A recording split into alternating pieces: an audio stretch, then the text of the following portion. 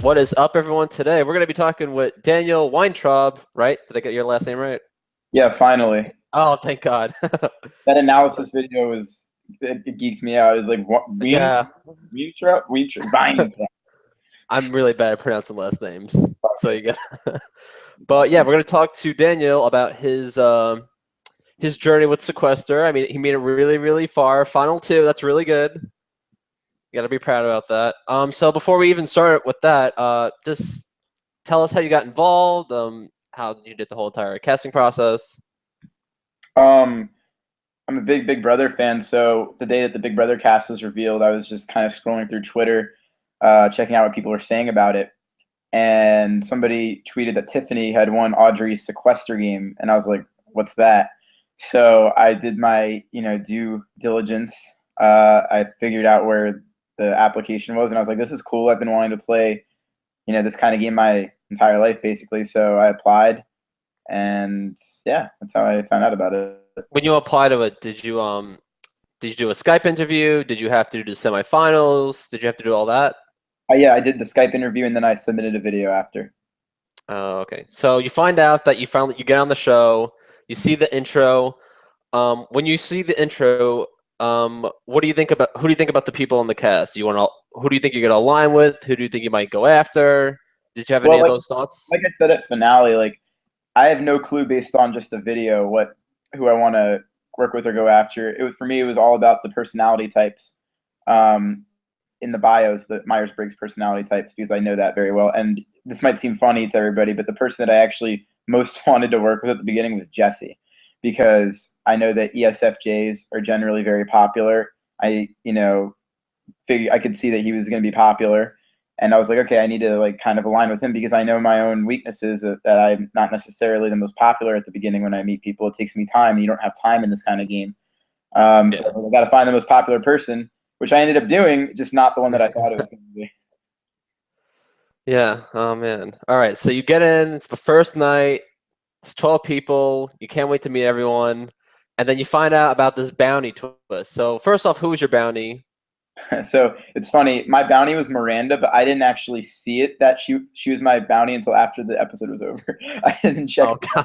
I wouldn't have gone after her That's the anyway because best. I didn't want to like put myself out there the first night. Mhm. But yeah, it was Yeah. Miranda. So first night, it's between Callie and Andrew. Who did you vote out between those two? I voted out Andrew twice, and then I lied about it the next night and said that I voted out Callie the second.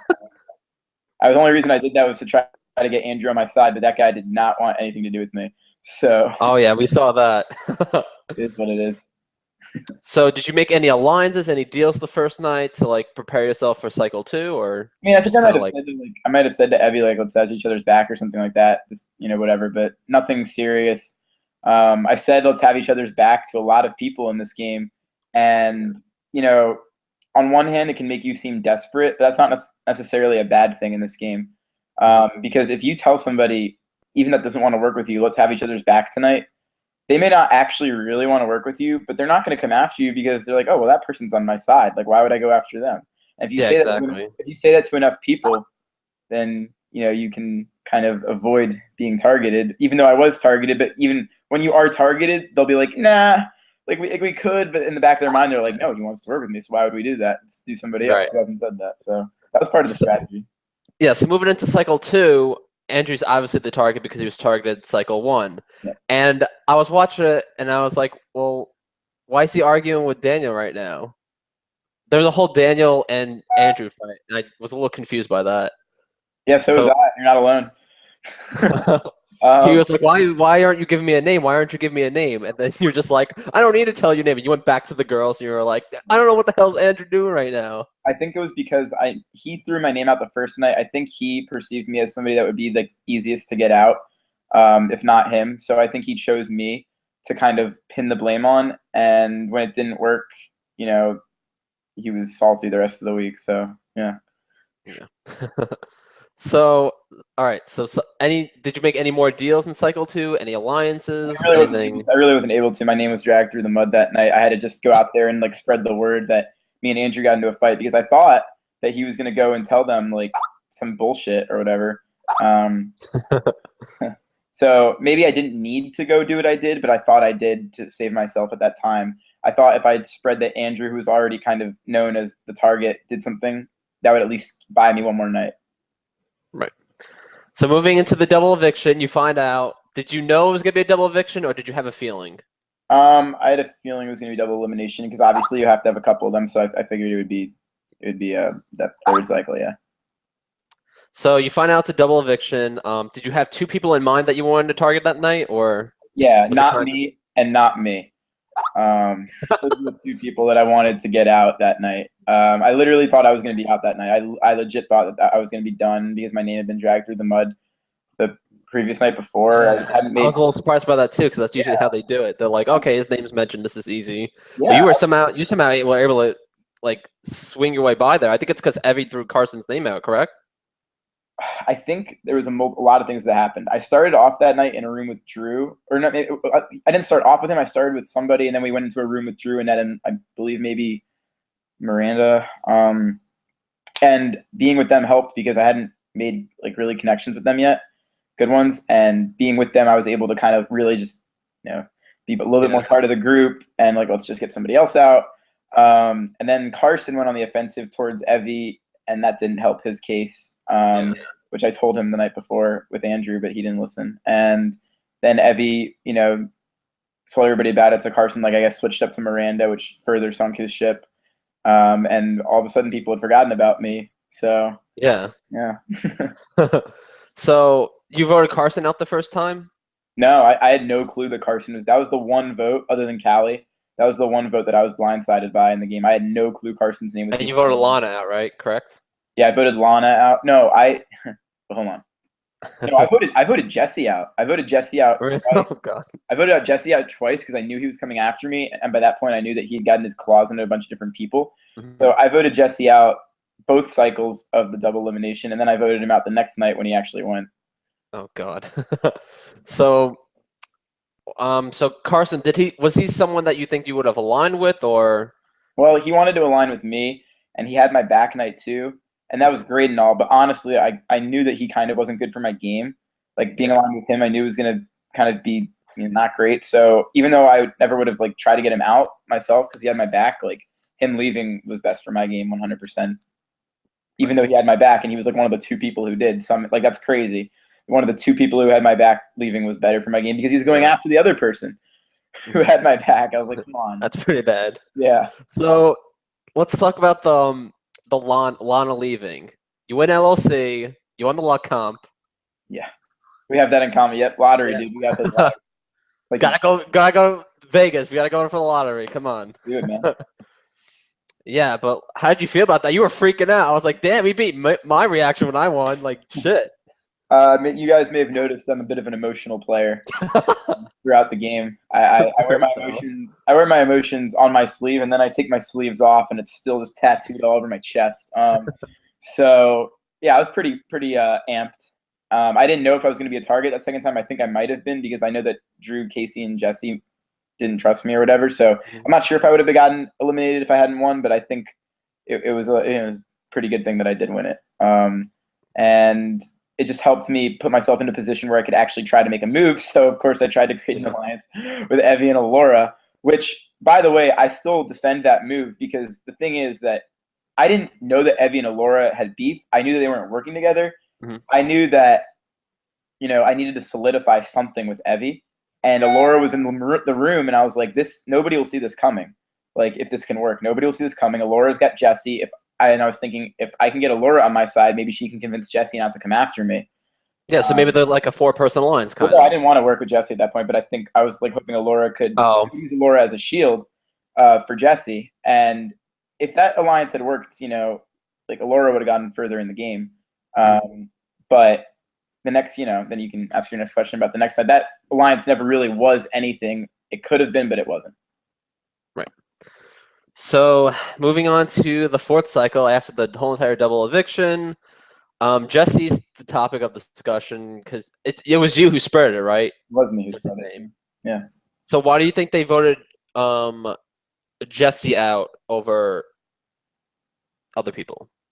That night actually was probably like obviously the biggest night for me was the chamber night. that I Yeah. came out of the chamber cycle 6. Oh, But, we're gonna get there. No. yeah, but I think I played the best night. My best night of playing was cycle 4, because Jesse was popular with a lot of people and I wasn't, and I was able to spread his name to the point where we got him out. And he, I told Evie that Miranda told me that he was coming after Evie, which even if it wasn't true or not, I don't really care. It was enough for me to Yeah. go to Evie and be like, "Hey, he's coming after you," because I needed him out and I was defending Evie legitimately. And then I had more conversations with Jesse that night because that was date night more than Yeah. any other time in the game, and I was able to pry some information from him that may not have necessarily been 100% true when I asked him, because like the night before there had been some Twitter blow up about Jesse and Alora. Yeah. So I was like, you know, so do you trust Alora as much, like after everything that happened? And he was like, oh, I'm not sure, I'm not sure. And I Yeah. was like, oh, okay, you're not sure. So I went to Alora and I was like, Jesse said he's not sure if he can trust you anymore. Ah, I see what you're doing there. And she Relaying information back and forth. That's the game. That's the made game. it up. And I mean, that's like one of the subtle things I did in this game that I don't think people really realized. And like it may have, Jesse said it himself, but he didn't offer it up. I pried it right out of him.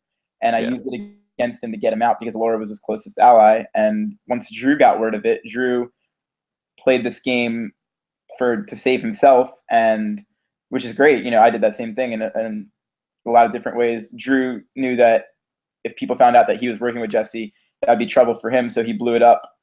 Right. What is power that he got? Yeah, and he went against Jesse, and then he was gone. Yeah. Bye, Jesse. All right. So let's talk I about. said it to him. I said it to him in the last room. I was like, "Bye, Jesse." Oh man. All right. So let's talk about Cycle 5 because Cycle 5 it was the title of that was like Daniel versus Laura. Oh yeah, yeah. I mean, Laura was pissed too. She was yeah, like, "Why yeah. is no one getting Daniel out?" So basically the way that happened that night was I knew going into that night that I actually thought that I was going to need to get Alora out because it just made sense. I knew that there was like a big group of people working together. Then I knew there was me and Evie, and then there was Alora. And Right. so me and Drew happened to start in the same room that night, and that was the night after Twitter exploded, like basically calling me and Drew out as the two biggest targets in the game. So me and Drew started the night together, and we were just like both immediately, we need to work together tonight. Like we need to work together. We need to deflect this target. I don't know if Drew like he probably did want to work with me, but he also wanted to paint me as as the liar, which I knew that he would, and I was cool with that as long as we had Laura out. But why do you think it was good for Laura to go and knowing that I don't know, did you know that Annette, Miranda, Drew and Casey had that 4-person alliance? Yeah, yeah. So why do you think it was better for Laura to go when you could have gotten one of those 4 out? Because I knew if we got Laura to go, then the next night all we would need is one more to force a plea. And Yeah. that's what I did that night. Like people didn't really believe that during finale. Like I was trying to say over and over again, like I had a strategy going into that chamber night. Like I knew we just needed one more, and we got one more. And luckily for us, it was the person who had the LOS, which Annette was 4th on the totem pole with them. And so I was Yeah. like, okay, I knew that Annette and Evie kind of were close. I was like, okay, this won't be, let's just get Laura out, and tomorrow night we can make the biggest move in the game. So that's what happened. Right. So let's just move on to the biggest blind side of Sequester, Yeah. Cycle 6. Mm. There's 6 people left. You're not in a good spot. You got the chamber thing because Laura voted you out the night before, and there was the person who got the second highest that got the chamber punishment. Mm. So obviously you're in your room. You're like, I want to get out. I want to get out. I want to get out. I want to fuck shit up. Right after you got out, you went in that room. You just started bashing Miranda. Yep. You're like, Miranda's running the show. Drew is running the show. Do you think that? Well, obviously it worked, but do you think that there could have been another approach of doing that too, or? I mean, there's obviously multiple approaches you can take to any situation. I thought that it was going to be a double elimination that night. Mm-hmm. And so I thought I was going to have like 20 minutes to Yeah. And then when they told me it wasn't, I thought about changing my approach up. I thought about kind of doing the whole, hey, let's just talk to people. But then I realized that my word was good for nothing in the game. By that point that they thought I was a liar and a snake. So I was like, well, I don't think it's going to look good if I try to and at first I didn't even know they were all going to be in the same room together. Once I saw that, I was like, oh, I really need to blow it up. Because I didn't think that I was going to be able to ask somebody to leave and talk to me in another room because that would just look bad for them. And they probably either wouldn't do it, or if they did, they would just, lie back to them and it wouldn't matter. So I knew that I needed to blow everything up in front of everybody because, you know, I'm no longer a snake if I do that. I'm just telling you what's up. And I think that, you know, Annette says that she was going to do what she did anyway. You know, that could be true. It could not be true. I've been talking to Annette a lot lately, and I tend to believe her. Evie, I don't know what Evie was going to do that night. Like she said that episode that she was still wanting to work with me. But again, you know, like, was that for sure? Like, I think Evie's perspective, and I guess she'll just tell us, but Evie's perspective, she thought that if you went, then she would be the next one out, which is probably what was going to happen. and yeah, I said that too. And again, I didn't think they were stupid. I thought they would have known it, but I didn't know if they had the balls to do it. Yeah. I mean, it's tough to work with somebody like me who's been pegged as this liar and snake. But really, at that point, you just needed 2 votes to force a tie, and then Annette had the LOS, which was great. Which canceled out every vote that was against one player, which was you. Yep. So that was pretty good. But then, like, let's talk about the last 5 minutes of the greatest last 5 minutes of Sequester, when you just went into the room like, just come with me, come with me, come with me, and they just flipped. No. Did you really think you were going to be safe that night? No, I thought that if I could convince people, obviously I'd be safe, but it just seemed like they weren't willing to listen. And I think the reason that they acted like that was because they didn't want to come off as listening to me. They didn't want to come off as stupid, like, oh, Daniel's tricking you. But they were listening. They just didn't want to show it. But you got to look at it from my perspective. If you see people not listening to you, like, you can't assume that they're going to, like, go with you later. You got to keep going. You got to keep going. And I think even though maybe they were going to do it anyway, a lot of the stuff that I said, Annette even told me this morning because she said she watched some of the episodes, she said, you did a great job campaigning that night.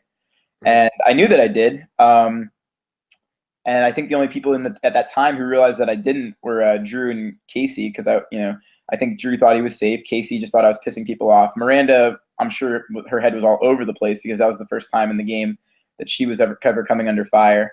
Yeah, she was crying too. Yeah, I mean, and I feel bad that she was crying, but I had to do what I had to do. She won the LOC. Good for her. She pulled it together. I thought that I was dead. Going into that LOC, I thought I was done. And then after the LOC, I just decided, I got to keep going. And it came into the last 2 minutes, and eventually Evie and Annette were still playing this, like, feeling each other out game. Like, I was just like, just fucking say it. Let's just do it. Like, why can't you guys stop? Like, Evie's, like, trying to say to me, like, Daniel, you shouldn't have blown up at everybody before. And I'm like, what does that have to do with right now? Like, with the last 5 minutes. We're here now. Who cares about before? Just, like, and then after that, they were talking about it. Do you think in Drew's perspective that maybe he should have been, like, it seemed like you were very vocal about what you were saying. Do you think that maybe Drew should have been more vocal and that maybe he could have stayed in? A tough situation. He said himself that he played passive that night and that he got outplayed. I think Drew was in a situation where he was running the game, and if he had been very, vocal that night, it may have come off badly for him. Which is why they might have wanted to keep him in the game. What do you mean?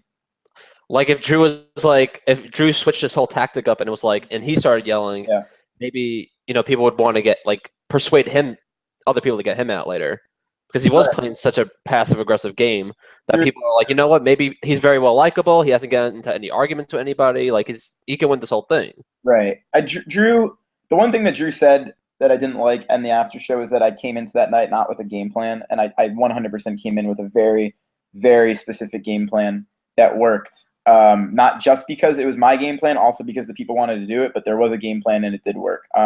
Drew, like, even though he was playing the best game at that time, he actually really was in a tough situation that night, and I really don't think he knew what to do.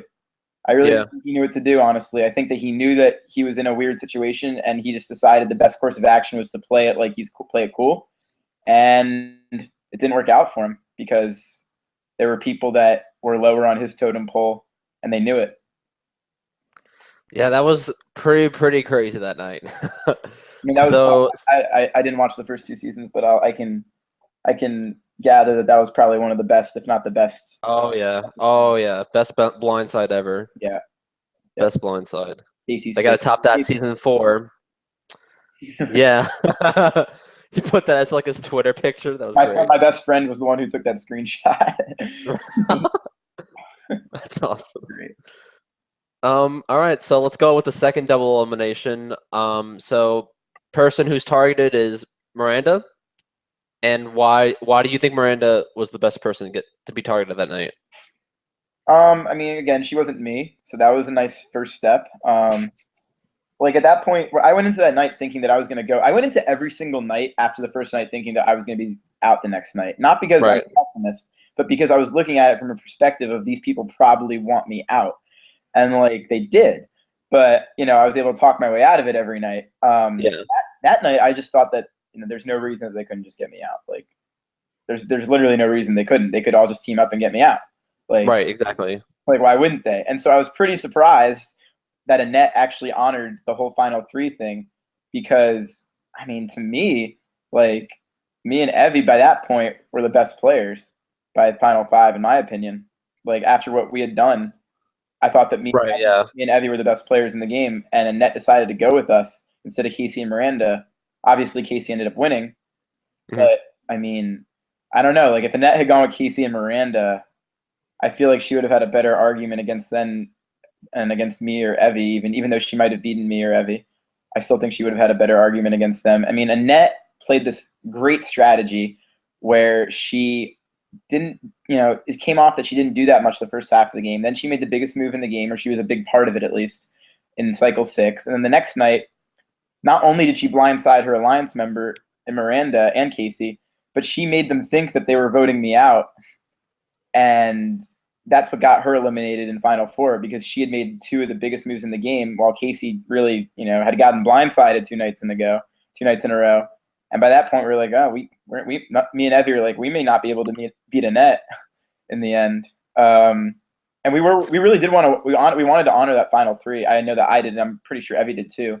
But by that point, Annette sank her own ship by getting into that argument with Casey in Final Four and just dragging him. But it was great that she did that and all, but it was like you just explained why you're the better player. So why would we take you? Right, and it's also about people's perspective too. You don't want to take somebody in the final three who's a really good player. Did you think that comparing Casey and Annette, you think Annette would have won the competitions at the final three? At the time, we didn't know what the competitions were going to be. So, yeah. I mean, like Casey had won one of them. I mean, he did a good job making it seem like he wasn't good at competitions. I'll give it, like, he did a good job with that.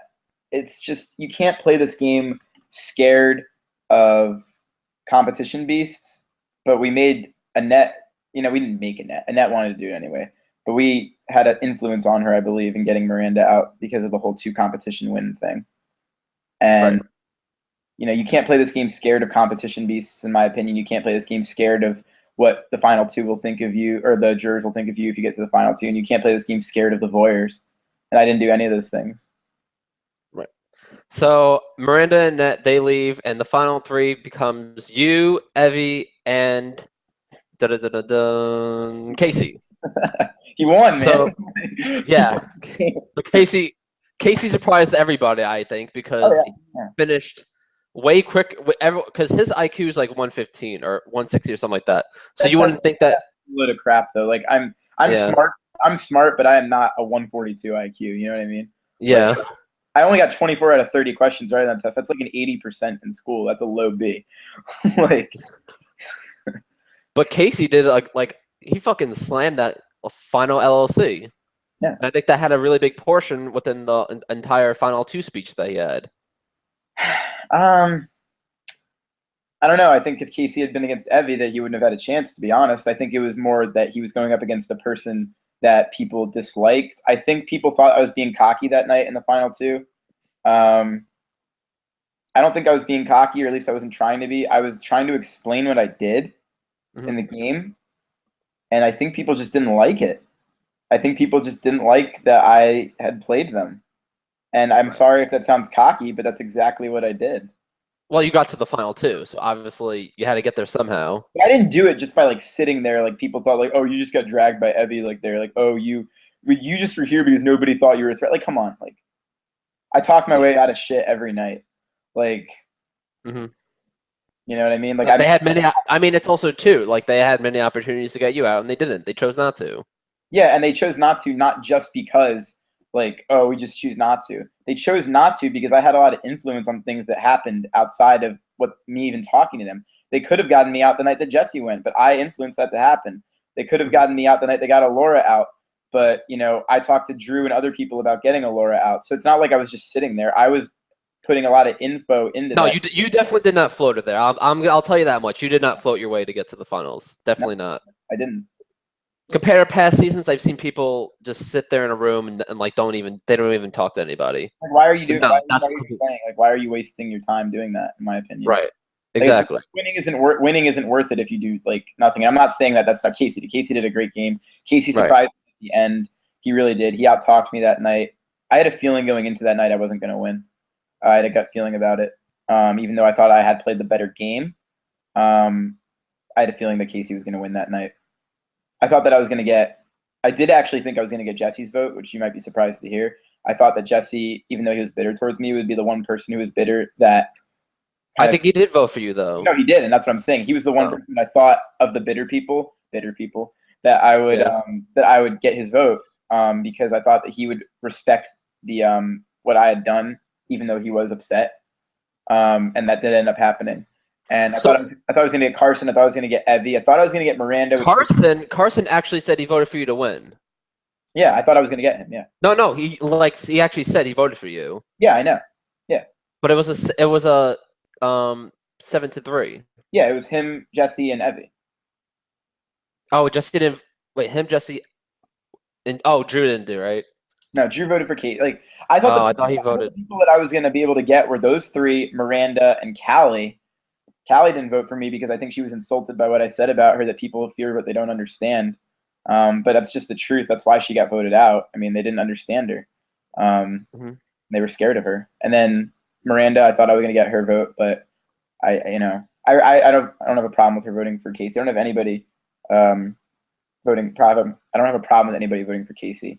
I just think that I didn't exactly get a fair shot from some of the people that night. I didn't really get asked questions. I just got like yelled at, which it kind of seemed like it was like not even like the Sequester 3.0. It was like the roast of Daniel Weintraub, and I was like, what's everyone do? Why is everyone so salty right now? Well, I think it speaks volumes that, and there were definitely people who watched the game from outside of it that thought Casey should win. I'm not saying that there weren't, but I think it speaks volumes. I think it speaks volumes that a lot of people who were not part of the game, who were watching the game, thought that I should have won. Yeah, well, the Sequester alumni, we were like, it's going to be 50-50. And literally, like, when we were watching the finale, it was like switching back and forth. Like, every time Casey would talk, we would think Casey would win. Every time you talk, we would think that you would talk. Like, you would win. Yeah. So it wasn't like a definite, like, Casey was going to win for sure. You guys did have different stories that got you to the final two. It was just about which story, the jury member respected more. And also thought that, you know what I mean? Yeah. I knew that once Annette came on, I knew I wasn't going to win the game because she did a really good job making me look bad. I'm not sure if all the things she said really were valid, but she did a very good job making it look like it was. And so I knew that I was not going to win once Annette had talked, for sure. The more I think about it, it's like 7-3 sounds bad, but it's 2 votes away from being a tie. And yeah, exactly. Like I could have gotten 2 votes. Like I could have. And it's also one of those Season 1, Season 2, we never had like a close like tie vote. Like it was always like 7-2 or 8-2, and it was never like a 7-3 vote. So 7-3, I mean, it doesn't seem close, but it actually kind of is. It really is though, yeah. Yeah. You know what I mean? It wasn't like a unanimous, like, oh, like Casey was just going to win for sure. Like, you got some, like, for a lot of people, they respected how you answered some of the questions that they, you know what I mean? Yeah, I mean, it was, I'm proud of the game that I played. Casey deserved to win every bit as much, if not more than me. And I'm proud of what I did to win this game because I don't think anybody else would have been able to do what I did. And Casey even said that. So. All right. So, if they call you back for Sequester All-Stars, would you do it? Yeah, I mean, I would definitely do it. Is it true that Audrey wants to like do it in Vegas in like a house or something? Something like that. Is that a real? All the Yeah, winners. totally do it. Like that's awesome. Like That's awesome. Yeah, that was like the original plan. Apparently, like it was supposed to be an actual house. Yeah, I mean, hell yeah, yeah. That would have been And, cool. I mean, I don't think that I would play the exact same game. But hopefully, I wouldn't have to. Like my game was played out Yeah. of necessity. If I could get like people actually working with me at the beginning, maybe I wouldn't have to blow up at people. But I can guarantee you, it'll still be entertaining. I guarantee you that I'll still bring it every night. I'm not gonna float, and that I'll make moves and be conniving. Guarantee you that. Well, we were definitely entertained by you, Daniel, while we were watching Sequester. We were also entertained by how much you reference your mom in it too. It literally twice. Like it was one time she like asked, "Is your computer freezing? Do you want mine?" And then the next night, she like on Final 3, she was like, "Can I come in? Are you okay?" I'm like, "Just give me a few minutes." Yeah. Like, go away, mom. Go away, man. Jeez. Like, God, leave me. I'm in my room. But like, it's literally how it came off. And I mean, Andrew tried to use it against me. In the fact. Yeah, I saw that. Oh man. Bruh, I don't know. Get your facts straight, dude. Like. Oh man. Well, you definitely played a really good game because obviously you got to the final two, and you don't just get there by floating. So where can people follow you if they want to ask you more questions about Sequester? My Twitter is at @ds_Weintraub_. So my last name is WEINTRAUB. So @ds_Weintraub_. My Instagram is DA_Traub TRAUB 94. So _Traub 94. And then what has also become a bit of a joke is my Snapchat. My Snapchat handle that I created on the morning of a very bad day, my sophomore year of college. I was just not feeling good, but I decided to create a Snapchat that day, and I was like, let's just do something stupid. All right, satellite bish. So it's like satellite dish, but like a bish. Yeah, let's go with that. I didn't realize you couldn't change it. Like, yeah, right. It's either delete everybody from Snapchat or stick with it forever. So yeah, my Snapchat is satellite bish. Do we have anything coming up? Anything you want to, say before we end this broadcast? I mean, I'm probably going to apply to Big Brother, so. Yeah, Big Brother 19. I hope it's not going to be on TV. It's going to be online, all online. I'll take it. I really just want to be on Big Brother. That's like my dream. And well, this definitely helps for sure. Well, I think it helps, and I think the funny thing is that if I were to ever get on Big Brother, especially if I get on when I'm like young, like now, I would probably end up having to play the same game that I did in Sequester, just because it would be a new group of people, same thing. Like this kid, they think he's awkward at first. Like we can't trust him. Blah blah blah. Find one person who trusts me, who's popular. Yell at people. Like it would probably be the same game, even if I didn't want it to be. I would have to play a second time Sequester to play a different game.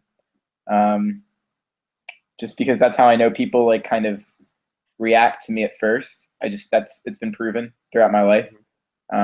That's part of the reason that I said like that the thing with me and Evie was special, just because again, first night, we like before we even talked and we were like doing stuff with the eggs, it was just like there's a connection there, and it's like this person actually like likes me for who I am before and most people don't like right away, or they like are hesitant. So when you have somebody like that in your life, and I've had people like friends like that before, it's like you really have to like stay close with them. If you find somebody who has that kind of like joy for life that people like gravitate towards, especially when you're me, who that doesn't happen to, you've got to attach yourself to that person. And that's what I did in this game, and it ended up working out because we were the yin and the yang, and I can't think of anybody in Big Brother. I can't think of a Big Brother duo where one person was the most popular person in the game and one person was the most despised person in the game, and they made it to the end. I can't think of that duo to begin with, and I really can't think of one that made it to the end. I don't think it's happened before. Rachel and Portia. No, that doesn't count. I don't know. I couldn't think of anything. Oh, like an actual duo. Like I don't think they're like what, like Will and Boogie. Like people kind of thought Boogie was like not that great, but like people like Boogie. Like yeah, I like Boogie. Boogie's cool. Yeah, but like Will and Boogie might be the I don't know, like maybe Dan and Memphis, maybe. Maybe, yeah. People liked Memphis and people did not like Dan. So yeah. All right, I guess that ends the broadcast. Thanks for joining Reality Room Podcast, Daniel. It's been an honor to talk to a Final 2 from Sequester Access. And until next time, guys,